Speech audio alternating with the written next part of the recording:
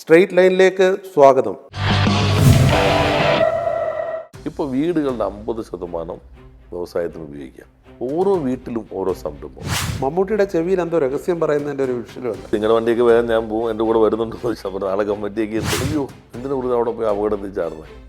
ദുബായിൽ ചെന്നപ്പോഴും ചില മലയാളികൾ വന്നിട്ട് പറഞ്ഞു നേരത്തെ ഉള്ളത് പോലും മറച്ചു വയ്ക്കപ്പെട്ടൊക്കെയായിരുന്നു. ഇവിടെ പെട്ടിക്കടയും ബീവറേജും ഉള്ളോ എന്ന് പറഞ്ഞിട്ട്. പക്ഷെ അങ്ങനെ നമ്മൾ തന്നെ പറഞ്ഞ് ഒരു ചിത്രം ഉണ്ടാക്കിയിരുന്നു. ഇപ്പം അത് മാറി. വമ്പൻ കമ്പനികൾ വരുന്നുണ്ട്. വമ്പൻ കമ്പനികൾ വരുന്നുണ്ട്. എല്ലാ മേഖലയിലും വമ്പൻ കമ്പനികൾ വരുന്നുണ്ട്. നല്ല തൊഴിലവസരം ഉണ്ടാകാൻ കഴിയുന്നതാണ്. 47.8% വനിതാ സംരംഭകരാണ്. ഭരണ തുടർച്ച ലഭിക്കുകയാണെങ്കിൽ ഈ ടീം തന്നെ ആയിരിക്കുമോ, ശ്രീ പിണറായി വിജയൻ തന്നെ ആയിരിക്കുമോ നയിക്കും? ഇന്ന് കേരളത്തിൽ നയിക്കാൻ മറ്റൊരാളെ നമുക്ക് ഒരു പാർട്ടിയിലും കാണാൻ കഴിയില്ല. മുഖ്യമന്ത്രി ഒരു ഹെഡ് മാസ്റ്ററുടെ റോൾ എടുക്കാറുണ്ടോ? ഇല്ല, ടീം ക്യാപ്റ്റൻ അപ്പോൾ യഥാർത്ഥത്തിൽ കോൺഗ്രസ് ശ്രദ്ധിക്കേണ്ട കാര്യം, നമ്മൾ അവരോടുള്ളൊരു സ്നേഹം കൊണ്ട് പറയാണ്, ഇപ്പുറത്തെ കസേരയ്ക്ക് എല്ലാവരും നോക്കണ്ടേ. പ്രതിപക്ഷം അത് പുറകോട്ട് നോക്കണ്ടേ. ജന്യത്തിന് ഓരോ തൊട്ടിപ്പുറത്തിരിക്കുന്ന ആൾ ഇങ്ങോട്ട് വരുമെന്ന് നോക്കിയാൽ മതി. ഇതര സംസ്ഥാനങ്ങളിലെ വ്യവസായ വകുപ്പുകളുടെ പ്രവർത്തനങ്ങളുമായി താരതമ്യപ്പെടുത്തുമ്പോൾ ഇന്ത്യയിലെ തന്നെ ഏറ്റവും മികച്ച വ്യവസായ മന്ത്രി എന്ന് വിശേഷിപ്പിക്കാവുന്ന കേരളത്തിൻ്റെ വ്യവസായ വകുപ്പ് മന്ത്രിയും CPIM കേന്ദ്ര കമ്മിറ്റി അംഗവുമായ ശ്രീ P. രാജീവാണ് നമ്മുടെ ഇന്നത്തെ അതിഥി. നമസ്കാരം മന്ത്രി ശ്രീ P. രാജീവ്. നമസ്കാരം. ഇപ്പോൾ നമ്മളിന്ന് സംസാരിക്കുന്ന ദിവസം കേരളത്തെ സംബന്ധിച്ചിടത്തോളം വളരെ സുപ്രധാനമായൊരു ദിനമാണ്. കേരള പിറവി ദിനമാണെങ്കിലും ഇന്ന് അതിദരിദ്രരില്ലാതാവുന്ന ഒരു സംസ്ഥാനമായി പ്രഖ്യാപിച്ചു കഴിഞ്ഞു. ഈ നേട്ടത്തെ എങ്ങനെ കാണുന്നു? വളരെ അഭിമാനകരമാണ്. നമുക്ക് ഓരോ മലയാളിക്കും അഭിമാനിക്കാൻ കഴിയാവുന്നതാണ്. നേരത്തെ ചൈന ഒരു പ്രഖ്യാപനം നടത്തിയിരുന്നു, എക്സ്ട്രീം പോവർട്ടി ഇറഡിക്കേറ്റ് ചെയ്തു എന്നുള്ളത്. പക്ഷെ നമ്മൾ ഇന്ത്യക്കകത്ത് ഒരു സംസ്ഥാനം അല്ലെങ്കിൽ ലോകത്ത് ആദ്യമായിട്ടാണ് ഇതേപോലെ സാഹചര്യത്തിൽ ഒരിടം അതിദാരിദ്ര്യ വിമുക്തമാകുന്നു എന്ന പ്രഖ്യാപനം നടത്തുന്നത്. അതിദാരിദ്ര്യ വിമുക്തമാകുന്നതിൽ നമുക്ക് നേട്ടം കൈവരിക്കാൻ കഴിഞ്ഞത് എല്ലാവരും ചേർന്നിട്ടാണ്. അതിൽ പ്രധാനം തദ്ദേശ സ്വയംഭരണ സ്ഥാപനങ്ങളാണ്. ഇപ്പോൾ കുറച്ച് ഇങ്ങനെ വ്യത്യസ്തതകൾ വന്നിട്ടുണ്ടെങ്കിലും ഇതിൻ്റെ സർവേ, ഗ്രാമസഭകൾ, മൈക്രോ പ്ലാൻ, നടപ്പിലാക്കൽ പദ്ധതികൾ എല്ലാം കക്ഷി രാഷ്ട്രീയത്തിന് അതീതമായി എല്ലാവരും ചേർന്ന് നടത്തിയിട്ടുള്ള ഒരു പദ്ധതിയാണ്. അപ്പോൾ എല്ലാവർക്കും അർഹതപ്പെട്ട ഒരു നേട്ടമാണ്. പക്ഷേ അത് നിയമസഭയിൽ പ്രതിപക്ഷം ബഹിഷ്കരിച്ചു. അവർ പറയുന്നത് ശുദ്ധ തട്ടിപ്പാണെന്ന്. അതെന്ന് വെച്ചാൽ അവർ ഇവിടെ അല്ലേ ജീവിച്ചിരുന്നു ഇത്രയും കാലം എന്നുള്ളതാണ്. കാരണം പ്രഖ്യാപനം കഴിഞ്ഞു, അതിൻ്റെ ഗൈഡ് ലൈൻസായി, എല്ലാ വളണ്ടിയർമാരും വന്നു, വീടുകൾ സന്ദർശിച്ചു. സാധാരണ കുറച്ചൊരു കൺഫ്യൂഷൻ ഉണ്ടാക്കാനായിട്ട് നമ്മുടെ വിദഗ്ധരെന്ന് പറയുന്ന കുറച്ച് ആളുകൾ, അതായത് വിദഗ്ധരുണ്ട് അല്ലാത്തവരുണ്ട്, അവരുടെ സ്റ്റേറ്റ്മെൻറ്റ് ഒരു കൺഫ്യൂഷൻ സൃഷ്ടിക്കാൻ വേണ്ടി ഇതുവരെ അവരാരെയും കണ്ടിട്ടില്ല ചിത്രത്തിൽ. ഈ പ്രോസസ്സ് ഇങ്ങനെ നടന്നുകൊണ്ടിരിക്കുകയാണല്ലോ. അതിനകത്ത് എങ്ങനെയാണ് അതിദാരിദ്ര്യം എന്ന് വരുന്നത്, അതിന് പല മാനദണ്ഡങ്ങളുണ്ട്. ആ മാനദണ്ഡങ്ങൾ കുറേ കൂടി വിപുലപ്പെടുത്തി അതിനുശേഷം വലിയ സർവേ നടത്തി. ആ സർവേക്ക് മുൻപായി തന്നെ കിലയിൽ പരിശീലനം നൽകി, കുടുംബശ്രീ അവരെല്ലാവരും പങ്കെടുത്തു. അത് ഗ്രാമസഭകൾ ചേർന്നിട്ട് അത് ചർച്ച ചെയ്തു, അതിദരിദ്രരായ ആരൊക്കെയാണ്.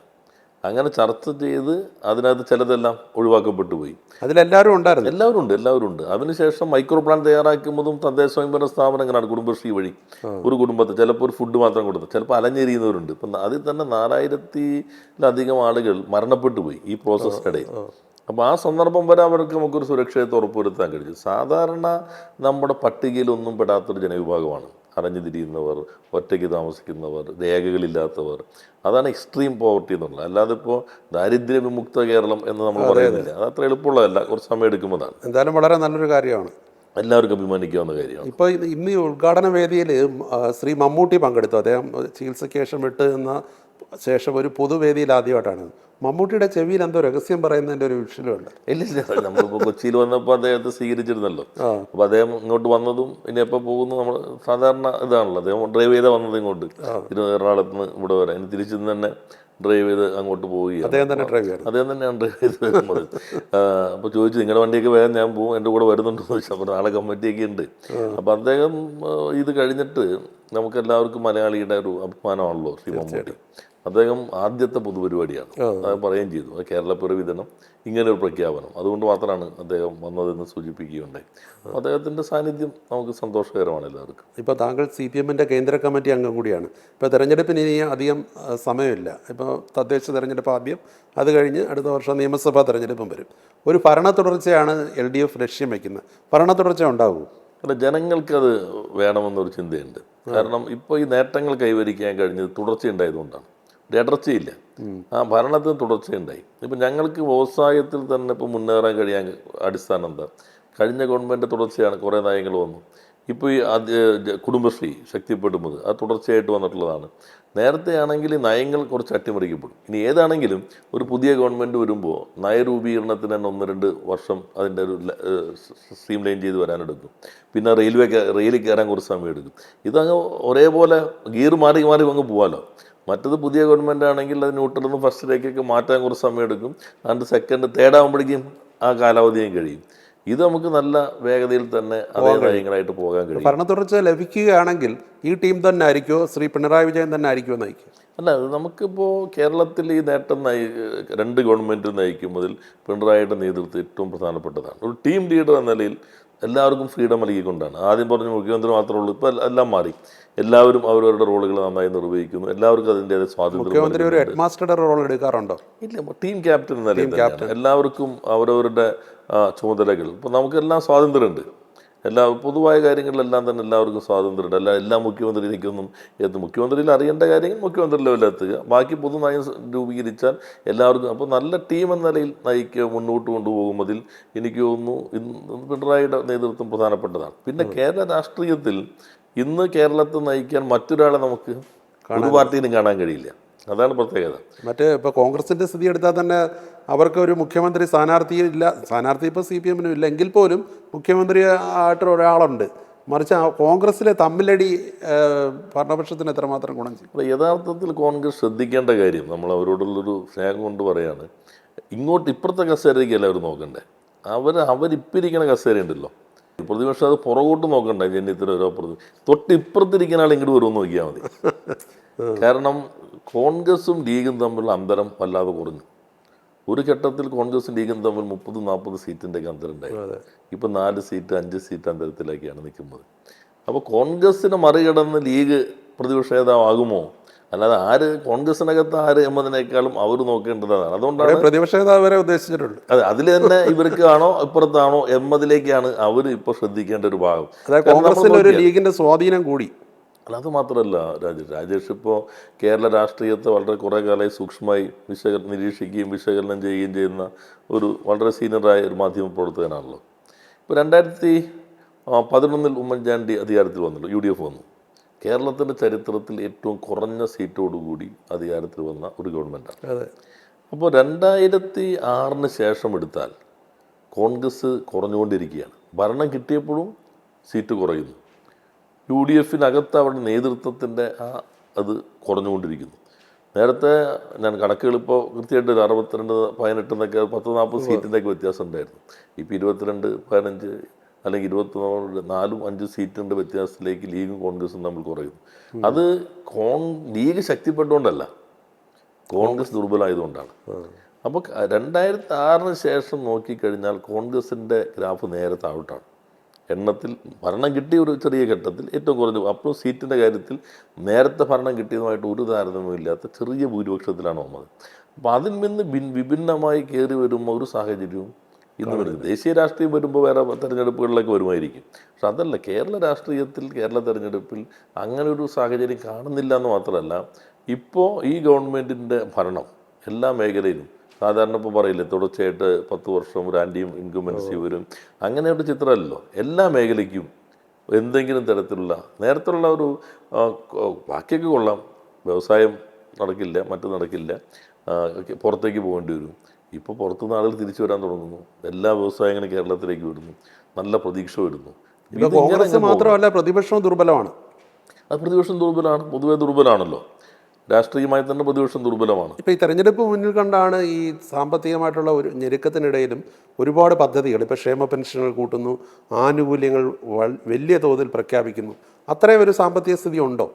അല്ല, അതിലെന്താണെന്ന് വെച്ചാൽ 2016 ഞങ്ങൾ അധികാരത്തിൽ വരുമ്പോൾ അതിന് മുൻപുള്ള പ്രകടന പത്രിക അടിസ്ഥാനപ്പെടുത്തിയിട്ടാണല്ലോ അന്ന് ഞങ്ങൾ പറഞ്ഞത് 1000 രൂപയാക്കുന്നതാണ് ക്ഷേമ പെൻഷൻ. ഞങ്ങൾ ആ വാക്ക് കൃത്യമായി പാലിച്ചില്ല, 1600 ആക്കി. 1000 ആക്കുന്നു മാത്രം ജനങ്ങളോട് ഞങ്ങൾ പറഞ്ഞിരുന്നുള്ളൂ. ഞങ്ങൾക്ക് അതിനപ്പുറം പോകേണ്ട ഇതില്ല, ഞങ്ങൾക്ക് കിട്ടിയ മാൻഡേറ്റിൽ അതിനപ്പുറം പോകേണ്ടതില്ല, ഞങ്ങളുടെ പ്രകടന പത്രത്തിൽ പരമാവധി 1000 ഇത്തിരി കുറഞ്ഞാലും ഇപ്പോൾ ചിലർ പറയില്ലേ തെരഞ്ഞെടുപ്പ് ഘട്ടത്തിൽ മുദ്രാവാക്യം ഇപ്പോൾ ഹരീബി ഘട്ടാവോ ബേക്കാരി ഘട്ടാവോ അതൊക്കെ പറഞ്ഞ കോൺഗ്രസ് ആണല്ലോ എല്ലാം. ഇപ്പം എന്താണ് അതിൻ്റെ പ്രയോഗം നമുക്കറിയാമല്ലോ. അന്നത്തെ സ്ഥിതി എന്താ? അന്ന് നോക്കി കഴിഞ്ഞപ്പോൾ കോവിഡ് ആളുകളിൽ വരുമാനം കുറഞ്ഞു, പ്രായമായ ആളുകൾ പെൻഷനൊപ്പം മക്കളുടെ എന്നൊക്കെ ചെറിയ വരും, അപ്പോൾ അവർക്ക് തൊഴിലില്ലാതായി, കുറേ കൂടി ബുദ്ധിമുട്ടായി. ഗവൺമെൻറ്റിനും കുറച്ച് സാമ്പത്തികമായി ഇത് ആ സമയത്ത് ആവശ്യമാണ്, പല രീതിയിലും ഇവരെ പിന്താങ്ങണം. ആ കാഴ്ചപ്പാട് നമ്മൾ അന്നേ വർദ്ധിപ്പിച്ചു. ഇത്തവണ ഞങ്ങൾ എന്ത് പറഞ്ഞു? ഇത്തവണ ഞങ്ങൾക്കൊരു ഞെരുക്കുണ്ട്.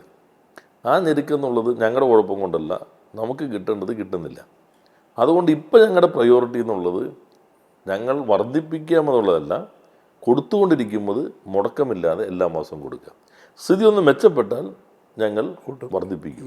ഇപ്പോൾ സ്ഥിതി ഒന്ന് മെച്ചപ്പെട്ടു, അവിടെ നിന്ന് വന്നുകൊണ്ടല്ല, നമ്മുടെ വ്യവസായങ്ങൾ കൂടി, സംരംഭങ്ങൾ കൂടി, ടാക്സ് കൂടി, ആഭ്യന്തര വരുമാനം കൂടി. നേരത്തെ കേരളം 100 രൂപ ചെലവഴിക്കുമ്പോൾ 52 കേരളത്തിൽ നിന്ന് എടുത്താൽ 48 ഡൽഹിയിൽ നിന്ന് വരും. എന്ന് വെച്ചാൽ അവിടെ നിന്ന് അച്ചടിക്കാൻ എന്നല്ല, നമ്മുടെ കൊണ്ടുപോകുന്നതിൻ്റെ വിഹിതം ഇങ്ങോട്ട് വരും. ഇപ്പം 82 കേരളത്തിൽ നിന്ന് എടുക്കണം, 18 അവിടെ നിന്ന് വരുന്നുള്ളൂ. ഈ വ്യത്യാസം വന്നിട്ടും നമ്മുടെ ആഭ്യന്തര വരുമാനം നന്നായി വർദ്ധിച്ചു. എന്നാലും അവർ ധനമാനേജ്മെന്റിലും മികവുണ്ട്. ധനമാനേജ്മെന്റ് മികവുണ്ട്, നല്ല രീതിയിൽ തന്നെ പല 200 പ്രതീക്ഷിച്ചെടുത്ത് 400 കോടി കൊടുത്തു. അല്ല 200 അത് നിങ്ങളെല്ലാവരും എഴുതിയതല്ലേ. ഞങ്ങൾ നേരത്തെ 2500 എത്തിക്കാനാണ് ഞങ്ങളുടെ വാഗ്ദാനം. ഇപ്പോൾ 2000 എത്തി, നല്ല രീതിയിലെത്തി.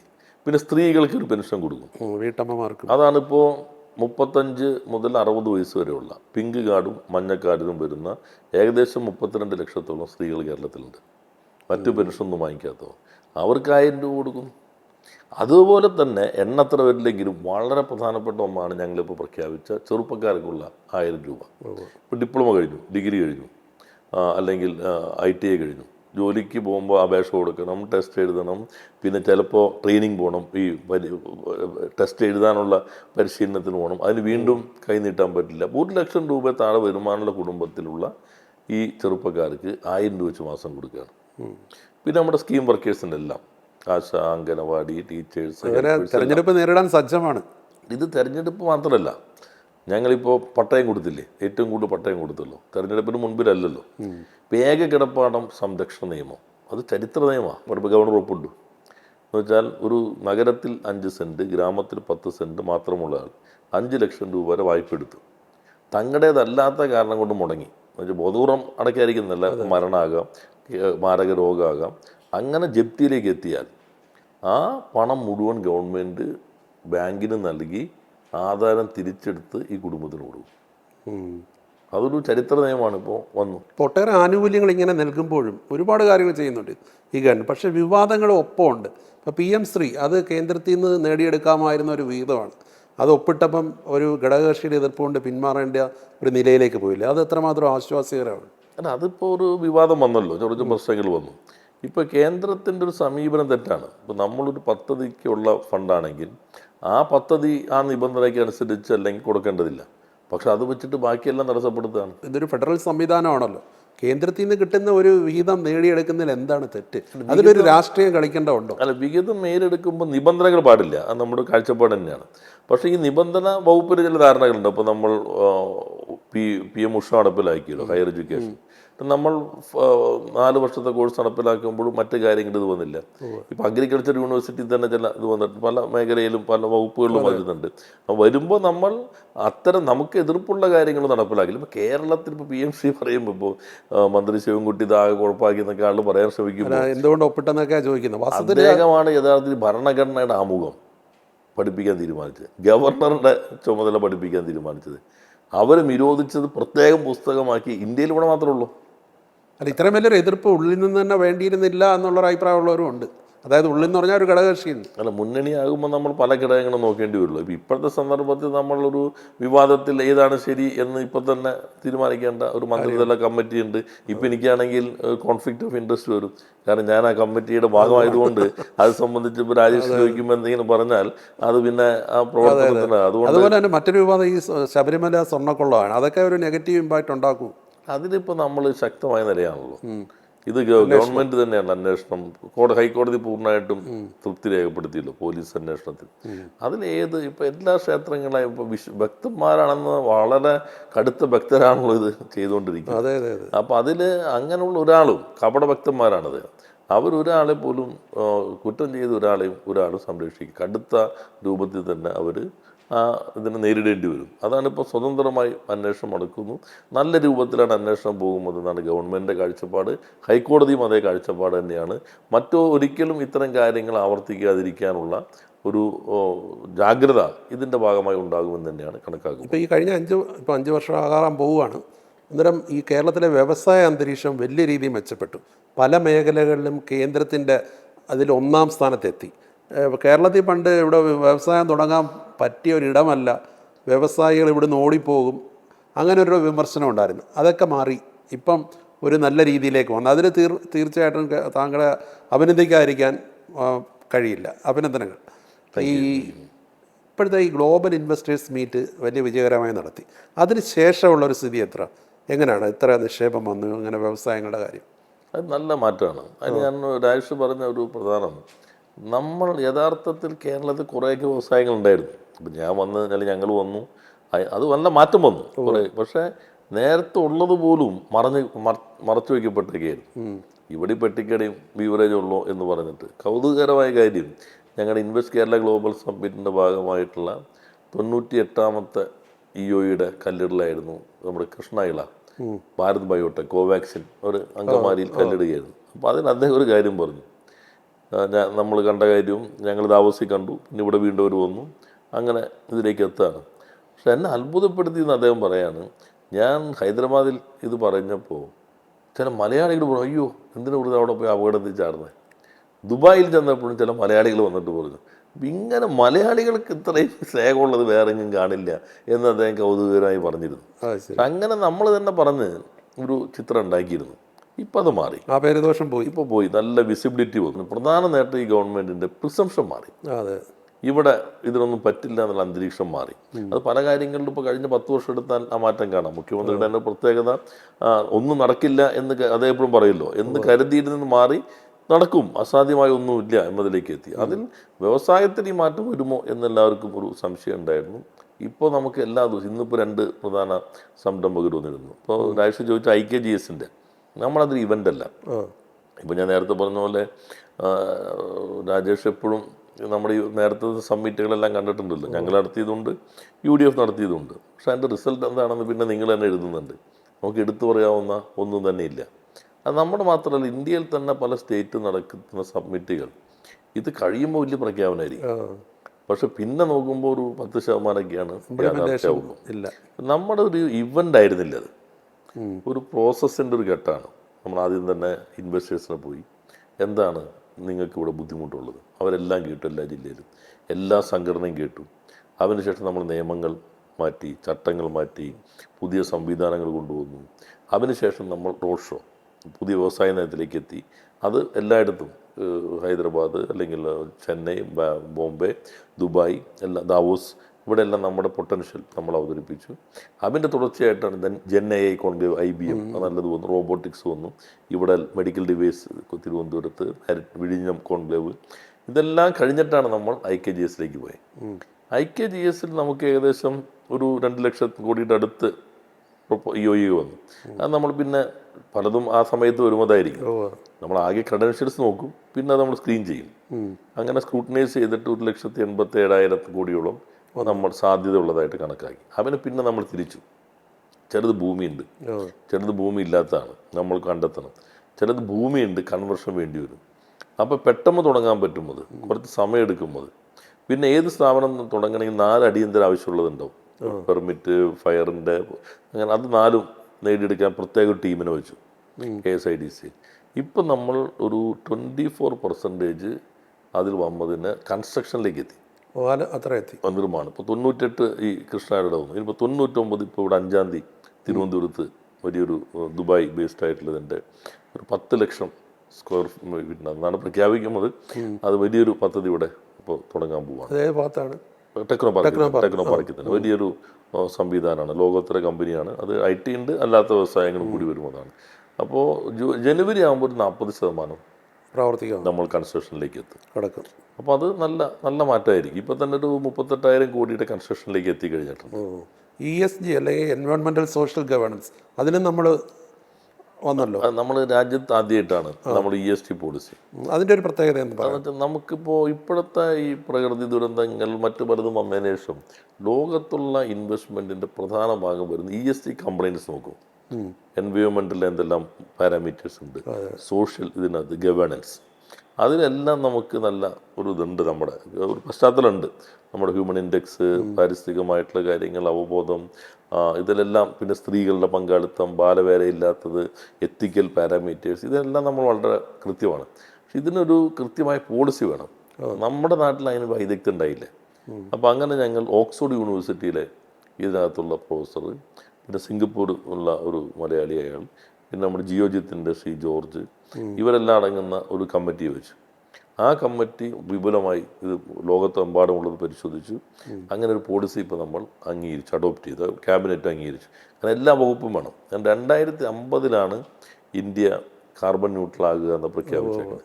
നമ്മൾ 2030 അപ്പോൾ അതിന് പറ്റുന്ന റോഡ് മാപ്പ് കൂടി ഇതിൻ്റെ ഭാഗമായിട്ട് വരും. അപ്പോൾ അങ്ങനെ ഉള്ളപ്പോൾ ഇത് ഞങ്ങൾ ഇപ്പോൾ പുതിയതിൽ MSMEകൾ ESG കംപ്ലൈൻസിലേക്ക് എത്തണം. അവർ നമ്മൾ ഫണ്ട് ചെയ്യും.